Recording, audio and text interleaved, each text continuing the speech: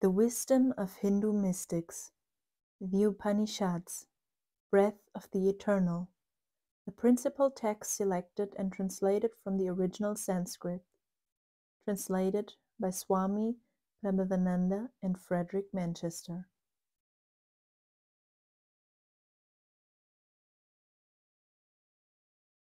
Union with God. The Upanishads, ancient accounts of mystical revelations, have been the inspiration behind all systems of Hindu religion and remain the primary source of spiritual guidance for millions of believers today. Constituting the most impressive portions of the Vedas, India's oldest and most important scriptures, these holy writings are said to be divine revelations received by saints and seers who lived hundreds of years before the birth of Christ.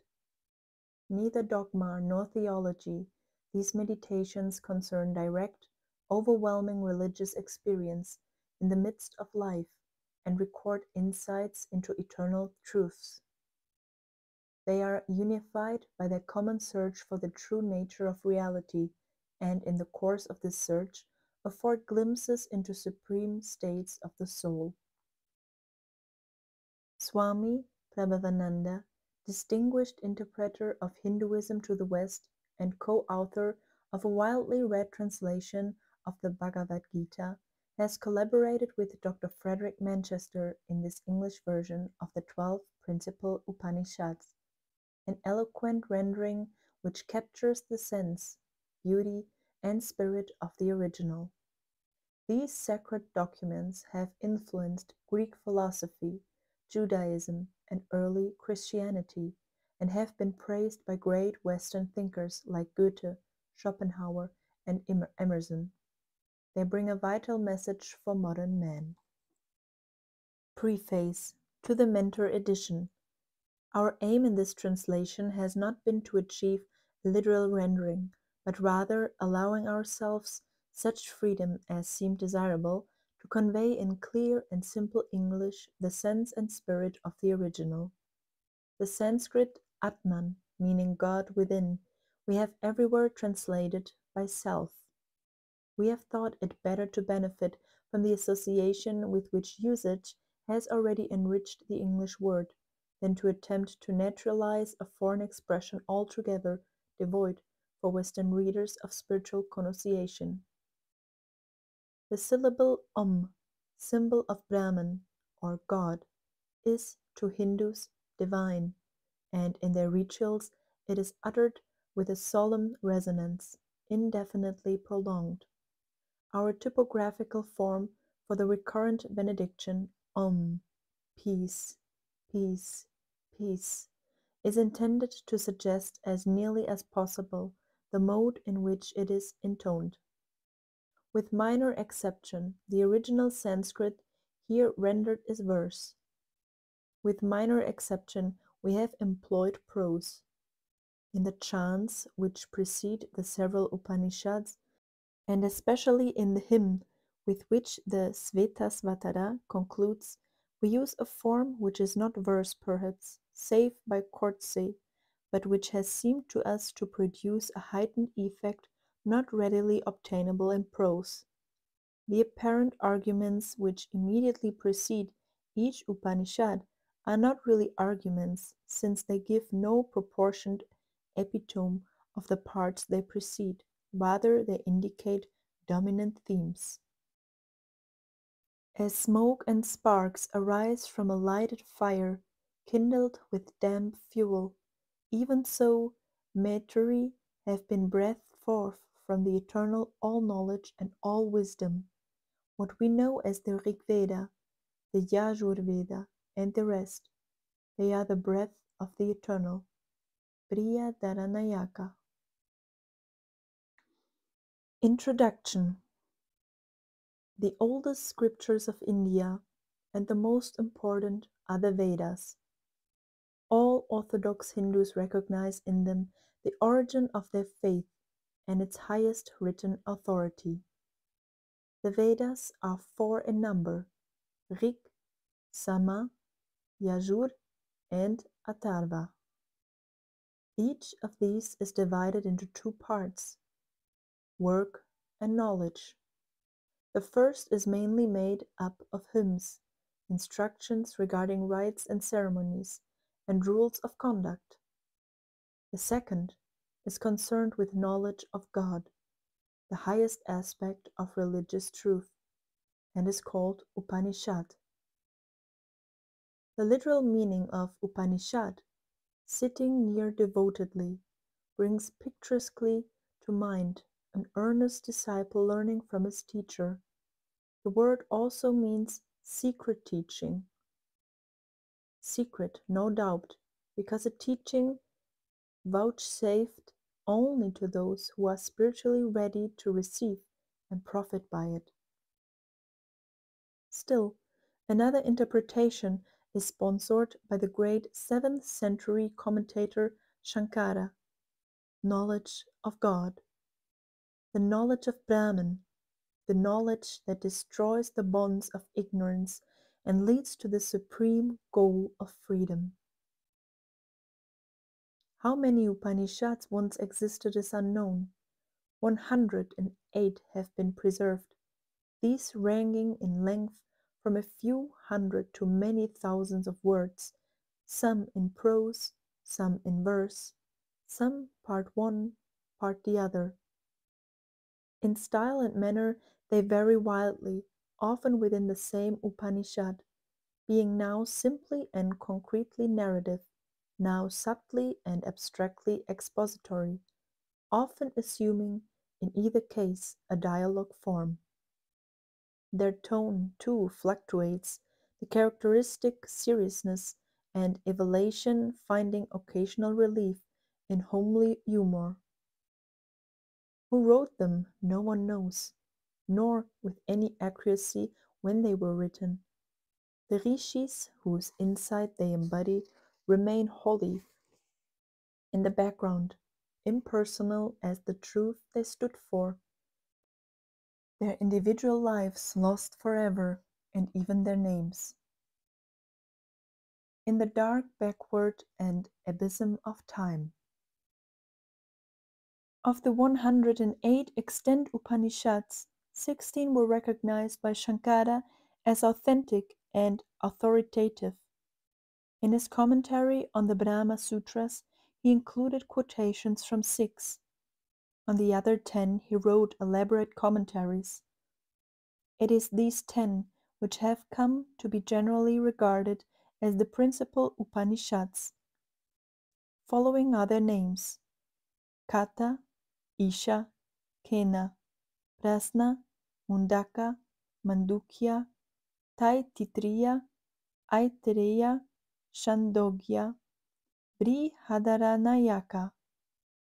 Together they constitute, and will probably always constitute, the primary object of attention for all who would know the Hindu religion. The Kaivalya and the Svetasvatara, both among Shankara's 16 and special favorites of Swami Prabhavamamda, are also included in the present translation. Characteristic of the Upanishads is their homogeneity. Many apparently different conceptions are to be found in them, but these are, roughly speaking, to be found in all of them, not distributed, one in one Upanishad, another in another. It is true that one Upanishad may emphasize certain ideas or a certain view more than the rest, or may specialize, as it were, in a particular topic. But such distinctions often seem purely accidental and are never important. The partitions between the Upanishads might therefore, for all practical purposes, be completely done away with, the whole 108 being reduced to one. Another and more important characteristic arises from the fact that the Upanishads are the work of saints and seers. Their authors were concerned with reporting insights which came to them in thought or vision, not with making these insights superficially coherent. They were not builders of systems, but recorders of experience. We must be prepared, therefore, for apparent inconsistency, for obliviousness to one conception through temporary absorption in another. Nowhere must we expect to find the whole truth gathered together once for all in easy, conscious, triumphant formulation. Still, another characteristic of the Upanishads has to do with their form. Never were ideas set down. An expositor might suspect, with less regard for his convenience. Nowhere is there a logical beginning, nowhere a logical end. Furthermore, attention at all points is not upon parts, clearly recognized as parts, but upon wholes, upon brief, comprehensive, unanalyzed statement, it may be, or upon such particular elements as round out, when taken together, a momentary conception. For the study of the Vedas, according to long tradition, and even according to the Vedas themselves, one must have a master or guru. Approach a teacher, reread in the Rig, with humility and with a desire to serve. And in the Upanishads, to many it is not given to hear of the self. Many, though they hear of it, do not understand it. Wonderful is he who speaks of it. Intelligent is he who learns of it. Blessed is he who, taught by a good teacher, is able to understand it. The function of the good teacher, as Hinduism conceives him, is twofold. He of course explains the scriptures, the spirit as well as the letter, but what is more important still, he teaches by his life, by his daily acts, by his most casual words, sometimes even by his silence. Only to be near him, only to serve and obey him in humility and in reverence, is to become quickened in spirit. And the purpose of study of the scriptures is not merely or primarily to inform the intellect, but to purify and enrich the soul. Pleasant indeed are the study and the teaching of the Vedas. He who engages in these things attains to concentration, and is no longer a slave to his passions. Devout, self-controlled, disciplined in spirit, he rises to fame and is a blessing to mankind. We have said that the orthodox Hindu regards the Vedas as the highest written authority. Any subsequent scripture, if he is to regard it as valid, must be in agreement with them. It may expand upon them, it may develop them, and still be recognized, but it must not contradict them. They are to him, as nearly as any human document can be, the expression of divine truth. At the same time, it would be a mistake to suppose that his allegiance to their authority is slavish or blind. If he considers them the word of God, it is because he believes their truth to be verifiable immediately at any moment in his own personal experience. If he found on due examination that it was not so verifiable, he would reject it. If he found that any part of it was not so verifiable, he would reject that. And in this position the scriptures, he will tell you, uphold him. The real study, say the Upanishads, is not study of themselves, but study of that by which we realize the changeless. In other words, the real study in religion is first-hand experience of God. Indeed, the term Vedas, as used by the Orthodox, not only names a large body of texts handed down by the generation after generation, but in another sense stands for nothing less than the inexpressible truth of which all scriptures are of necessity a pale reflection. Regarded in this second aspect, the Vedas are infinite and eternal. They are that perfect knowledge which is God. KATHA. The secret of immortality is to be found in purification of the heart, in meditation, in realization of the identity of the Self within and Brahman without, for immortality is union with God.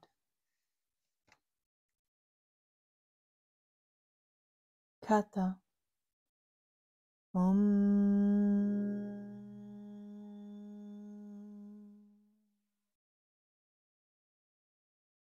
May Brahman protect us. May he guide us. May he give us strength and right understanding. May love and harmony be with us all.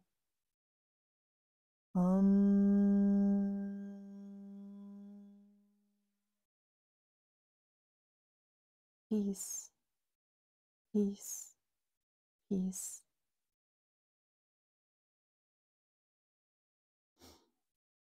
On a certain occasion, Vyasrabhasa, hoping for divine favor, performed a rite which required that he should give away all his possessions. He was careful, however, to sacrifice only his cattle, and of these only such as were useless, the old, the barren, the blind, and the lame. Observing this niggardliness, Nachiketa, his young son, whose heart had received the truth taught in the scriptures, thought to himself, "Surely a worshipper who dares bring such worthless gifts is doomed to utter darkness." Thus, reflecting, he came to his father and cried, "Father, I too belong to thee. To whom givest thou me?" His father did not answer. But when Nachiketa asked the question again and yet again, he replied impatiently, "Thee I give to death." Then Nachiketa thought to himself, "Of my father's many sons and disciples, I am indeed the best, or at least of the middle rank, not the worst. But of what good am I to the king of death?" Yet, being determined to keep his father's words, he said, "Father, do not repent thy vow. Consider how it has been with those that have gone before, and how it will be with those that now live. Like corn, a man ripens and falls to the ground. Like corn, he springs up again in his season." Having thus spoken, the boy journeyed to the house of death. But the god was not at home, and for 3 nights Nachiketa waited. When at length the king of death returned, he was met by his servants, who said to him, "Ah, Brahmin, like to a flame of fire, entered thy house as guest, and thou wast not there. Therefore must a peace offering be made to him. With all accustomed rites, O king, thou must receive thy guest, for if a householder show not due hospitality to a Brahmin, he will lose what he most desires, the merits of his good deeds, his righteousness, his sons, and his cattle." Then the king of death approached Nachiketa and welcomed him with courteous words. "O Brahmin," he said, "I salute thee. Thou art indeed a guest worthy of all reverence. Let, I pray thee, no harm befall me. 3 nights hast thou passed in my house and hast not received my hospitality. Ask of me, therefore, 3 boons, one for each night." "O Death," replied Nachiketa, "so let it be. And as the first of these boons, I ask that my father be not anxious about me, that his anger be appeased, and that when thou sendest me back to him, he recognized me and welcomed me. By my will, declared Death, thy father shall recognize thee and love thee as heretofore, and seeing thee again alive, he shall be tranquil of mind, and he shall sleep in peace. Then said Nachiketa, in heaven there is no fear at all. Thou, O Death, art not there, nor in that place does the thought of growing old make one tremble. There, free from hunger and from thirst, and far from the reach of sorrow, all rejoice, are glad. Thou knowest, O King, the fire sacrifice that leads to heaven. Teach me that sacrifice, for I am full of faith. This is my second wish.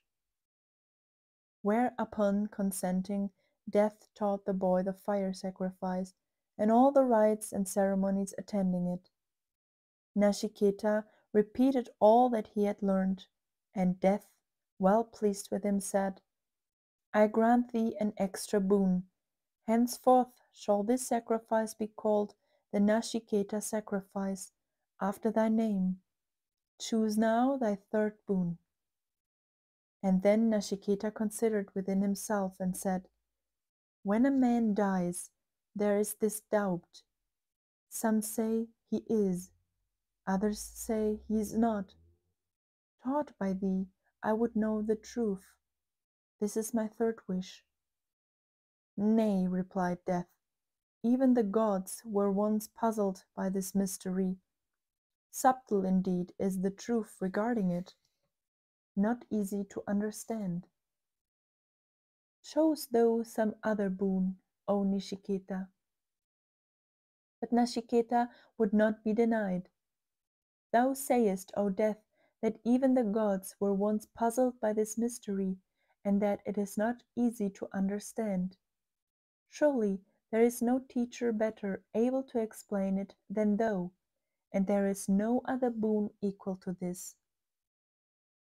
To which, trying Nachiketa again, the god replied, ask for sons and grandsons who shall live 100 years. Ask for cattle, elephants, horses, gold. Choose for thyself a mighty kingdom.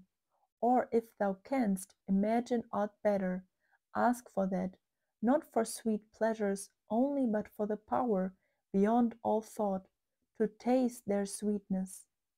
Yea, verily, the supreme enjoyer will I make thee of every good thing. Celestial maidens, beautiful to behold, such indeed as were not meant for mortals.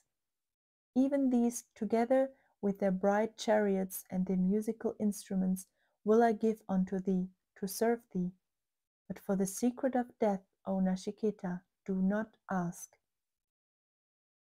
But Nachiketa stood fast and said, these things endure only till the morrow, O destroyer of a life, and the pleasures they give wear out the senses. Keep thou therefore horses and chariots, keep dance and song for thyself. How shall he desire wealth, O Death, who once has seen thy face? Nay, only the boon that I have chosen, that only do I ask. Having found out the society of the imperishable and the immortal, as in knowing thee I have done, how shall I, subject to decay and death, and knowing well the vanity of the flesh, how shall I wish for long life? Tell me, O King, the supreme secret regarding which men doubt. No other boon will I ask. Whereupon the King of Death, well pleased at heart, began to teach Nachiketa the secret of immortality. King of Death, the good is one thing, the pleasant is another. These two, differing in their ends, both prompt to action. Blessed are they that choose the good. They that choose the pleasant miss the goal. Both the good and the pleasant present themselves to man. The wise, having examined both, distinguish the one from the other. The wise prefer the good to the pleasant. The foolish, driven by fleshly desires, prefer the pleasant to the good. Thou, O Nachiketa, having looked upon fleshly desires, delightful to the senses, hast renounced them all. Thou hast turned from the miry way wherein many a man wallows. Far from each other and leading to different ends are ignorance and knowledge.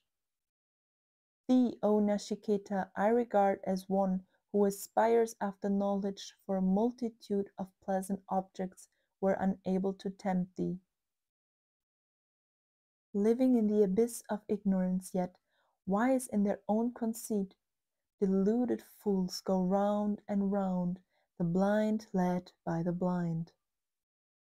To the thoughtless youth, deceived by the vanity of earthly possessions, the path that leads to the eternal abode is not revealed. This world alone is real, there is no hereafter. Thinking thus, he falls again and again, birth after birth, into many jaws.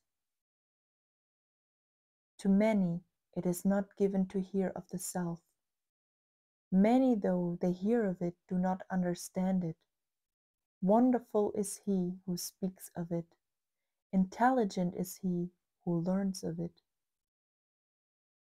Blessed is he who, taught by a good teacher, is able to understand it.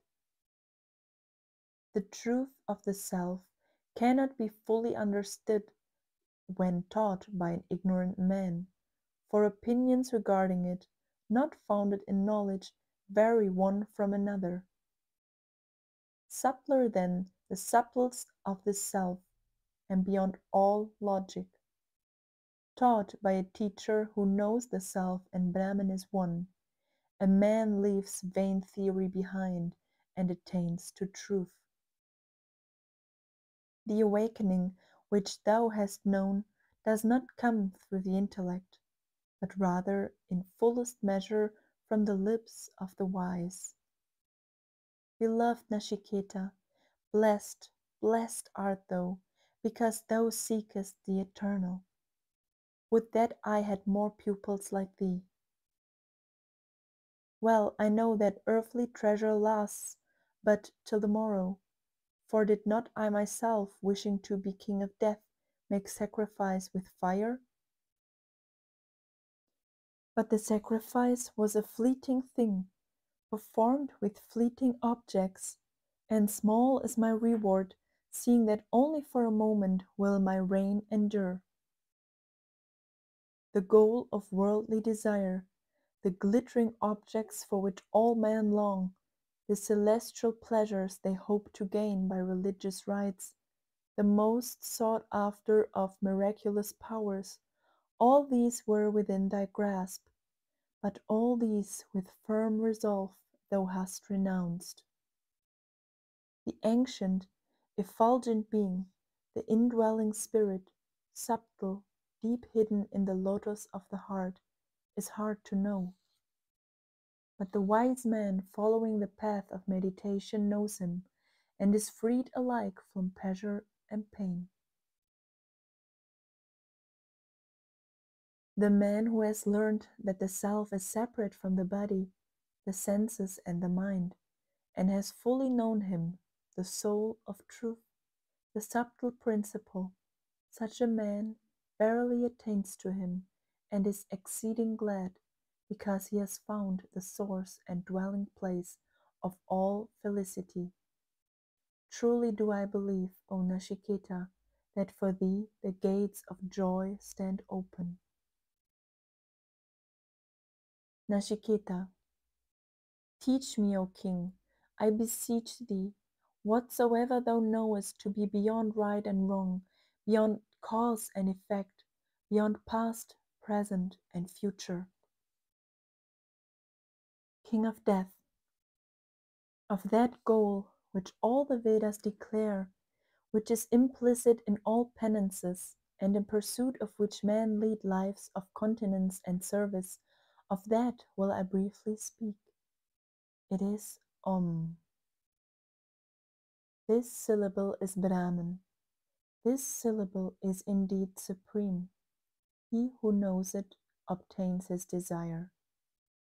It is the strongest support. It is the highest symbol. He who knows it is reverenced as a knower of Brahman. The Self, whose symbol is Om, is the omniscient Lord. He is not born. He does not die. He is neither cause nor effect.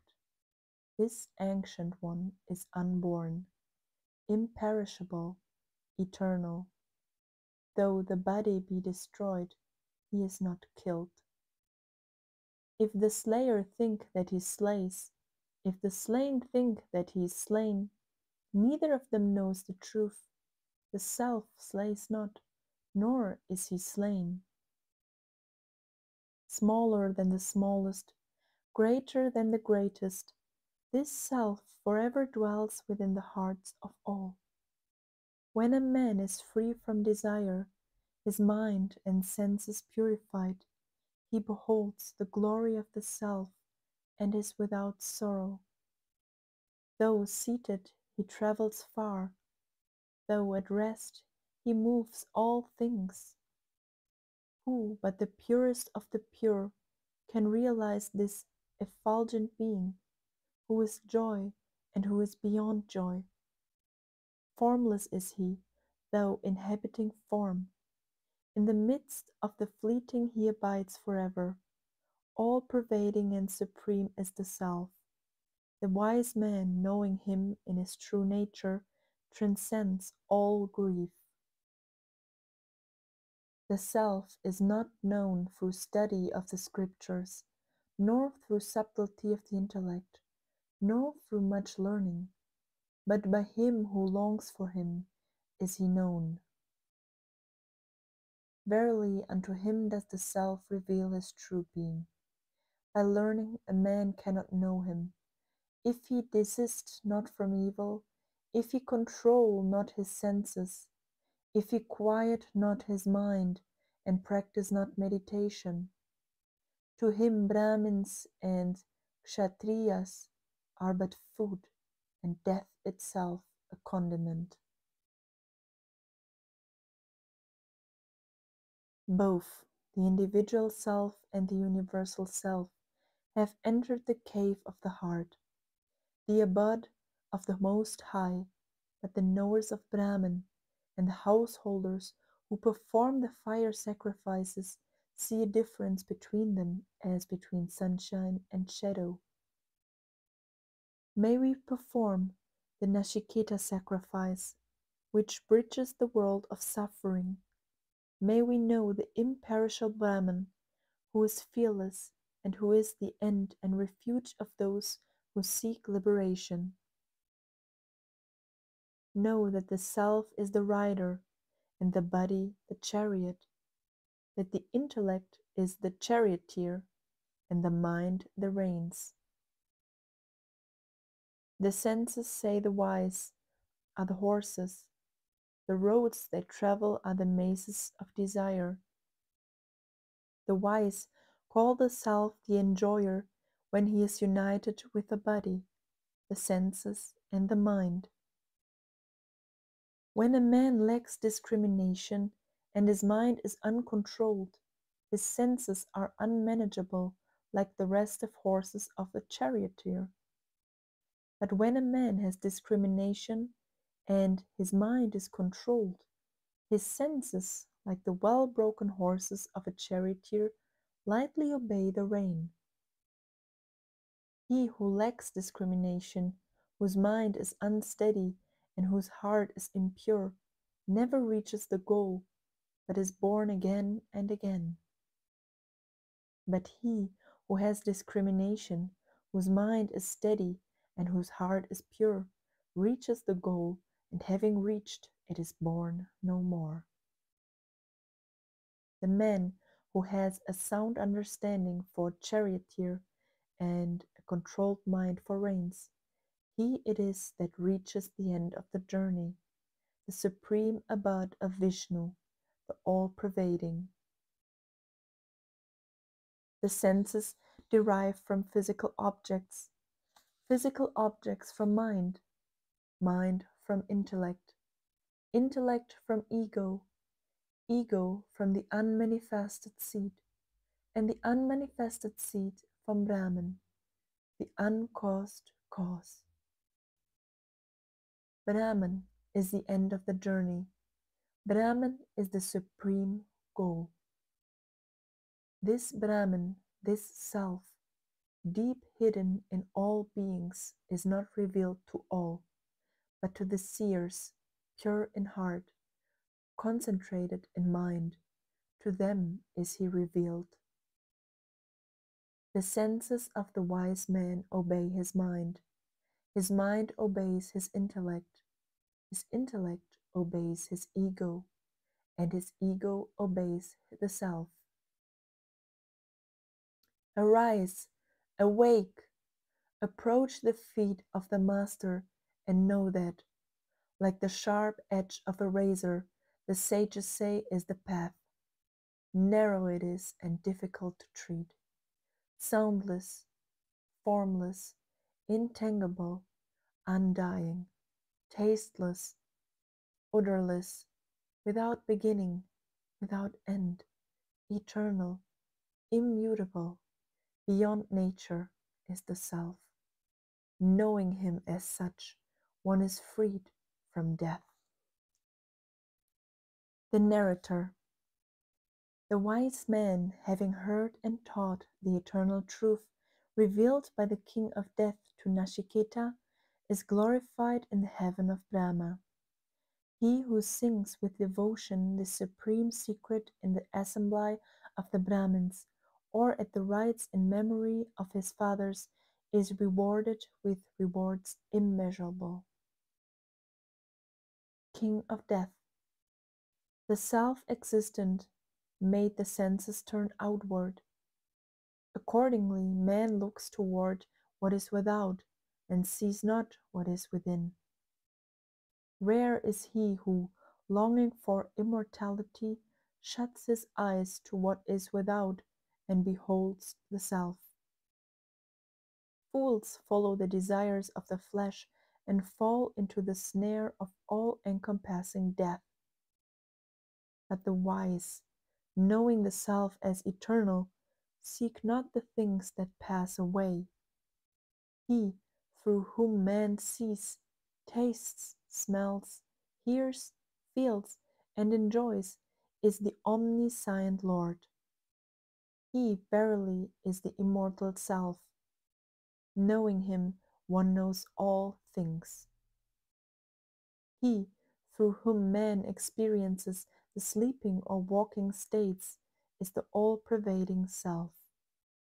Knowing him, one grieves no more. He who knows that the individual soul, enjoyer of the fruits of action, is the self, ever present within, Lord of time, past and future, casts out all fear, for this self is the immortal self. He who sees the firstborn, born of the mind of Brahma, born before the creation of waters, and sees him inhabiting the lotus of the heart, living among physical elements, sees Brahman indeed, for this firstborn is the immortal self. That being who is the power of all powers and is born as such, who embodies himself in the elements and in them exists, and who has entered the lotus of the heart, is the immortal self. Agni, the all-seeing, who lies hidden in fire sticks, like a child well guarded in the womb, who is worshipped day by awakened souls, and by those who offer oblations in sacrificial fire, he is the immortal self. That in which the sun rises and in which it sets, that which is the source of all the powers of nature and of the senses, That which nothing can transcend, that is the immortal self. What is within us is also without. What is without is also within. He who sees difference between what is within and what is without goes evermore from death to death. By the purified mind alone is the invisible Brahman to be attained. Brahman alone is, nothing else is. He who sees the manifold universe and not the one reality goes evermore from death to death. That being of the size of a thumb dwells deep within the heart. He is the Lord of time, past and future. Having attained him, one fears no more. He verily is the immortal self. That being of the size of a thumb is like a flame without smoke. He is the Lord of time past and future, the same today and tomorrow. He verily is the immortal self. As rain fallen on a hill streams down its side, so runs he after many births, who sees manifoldness in the self. As pure water poured into pure water remains pure, so does the self remain pure, O Nashiketa, uniting with Brahman. To the birthless, the light of whose consciousness forever shines, belongs the city of 11 gates. He who meditates on the ruler of that city knows no more sorrow. He attains liberation, and for him there can no longer be birth or death. For the ruler of that city is the immortal self. The immortal self is the sun shining in the sky. He is the breeze blowing in space. He is the fire burning on the altar. He is the guest dwelling in the house. He is in all men. He is in the gods. He is in the ether. He is wherever there is truth. He is the fish that is born in water. He is the plant that grows in the soil. He is the river that gushes from the mountain. He, the changeless reality, the illimitable. He, the adorable one, seated in the heart, is the power that giveth breath. Unto him all the senses do homage. What can remain when the dweller in this body leaves the outgrown shell, since he is verily the immortal self? Man does not live by breath alone, but by him in whom is the power of breath. And now, O Nashiketa, will I tell thee of the unseen, the eternal Brahman, and of what befalls the self after death. Of those ignorant of the self, some enter into beings possessed of wombs, others enter into plants, according to their deeds and the growth of their intelligence. That which is awake in us even while we sleep, shaping in dream the objects of our desire, that indeed is pure, that is Brahman, and that verily is called the immortal. All the worlds have their being in that, and no one can transcend it. That is the self. As fire, though one takes the shape of every object which it consumes, so the self, though one, takes the shape of every object in which it dwells. As air, though one, takes the shape of every object which it enters, so the self, though one, takes the shape of every object in which it dwells. As the sun, revealer of all objects to the seer, is not harmed by the sinful eye, nor by the impurities of the objects it gazes on, so the one self, dwelling in all, is not touched by the evils of the world, for he transcends all. He is one, the Lord, and innermost self of all. Of one form, he makes of himself many forms. To him who sees the self revealed in his own heart belongs eternal bliss. To no one else, to none else. Intelligence of the intelligent, eternal among the transient, he though one makes possible the desires of many. To him who sees the self revealed in his own heart belongs eternal peace. To none else, to none else. Nashiketa. How, O king, shall I find that blissful self, supreme, ineffable, who is attained by the wise? Does he shine by himself, or does he reflect another's light? King of Death. Him the sun does not illumine, nor the moon, nor the stars, nor the lightning, nor, verily, fires kindled upon the earth. He is the one light that giveth light to all. He shining, everything shines. The universe is a tree eternally existing, its root aloft, its branches spread below. The pure root of the tree is Brahman, the immortal, in whom the three worlds have their being, whom none can transcend, who is verily the Self. The whole universe came forth from Brahman and moves in Brahman. Mighty and awful is he, like to a thunderbolt crashing loud through the heavens. For those who attain him, death has no terror. In fear of him, fire burns, the sun shines, the rains fall, the wind blow, and death kills. If a man fail to attain Brahman before he casts off his body, he must again put on a body in the world of created things. In one's own soul, Brahman is realized clearly as if seen in a mirror. In the heaven of Brahma also is Brahman realized clearly as one distinguishes light from darkness. In the world of the fathers he is beheld as in a dream.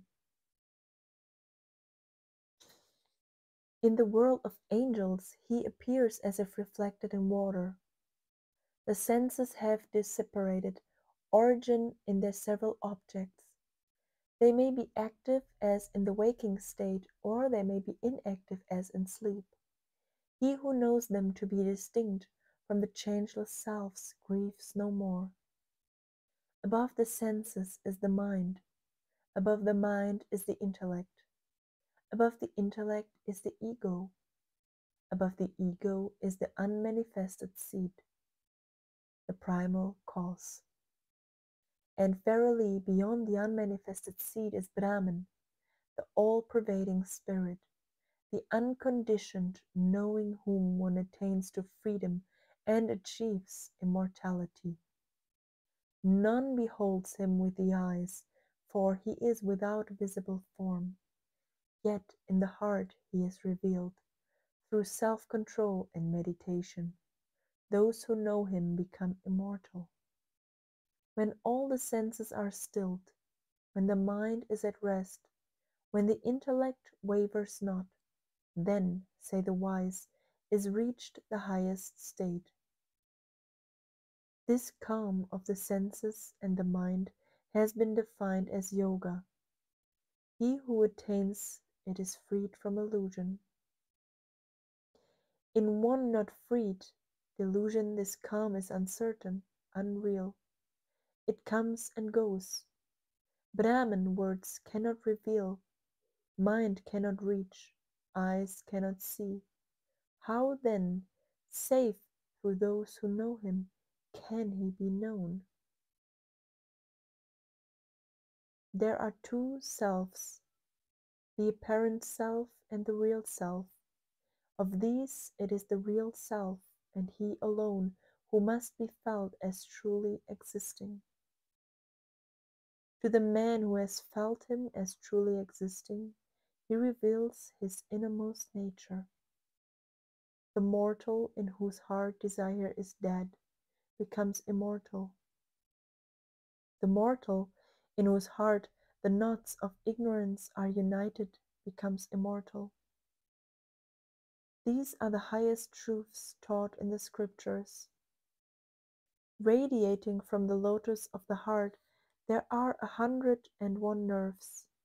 One of these ascends toward the 1,000-petaled lotus in the brain. If, when a man comes to die, his vital force passes upward and out through his nerve, he attains immortality. But if his vital force passes out through another nerve, he goes to one or another plane of mortal existence and remains subject to birth and death. The Supreme Person of the size of a thumb, the innermost self, dwells forever in the heart of all beings. As one draws the pith from the reed, so must the aspirant after truth, with great perseverance, separate the self from the body, know the self to be pure and immortal, yea, pure and immortal. The narrator, Nachiketa, having learned from the god this knowledge, in the whole process of yoga, was freed from impurities and from death, and was united with Brahman. Thus will it be with another also if he know the innermost self. Om.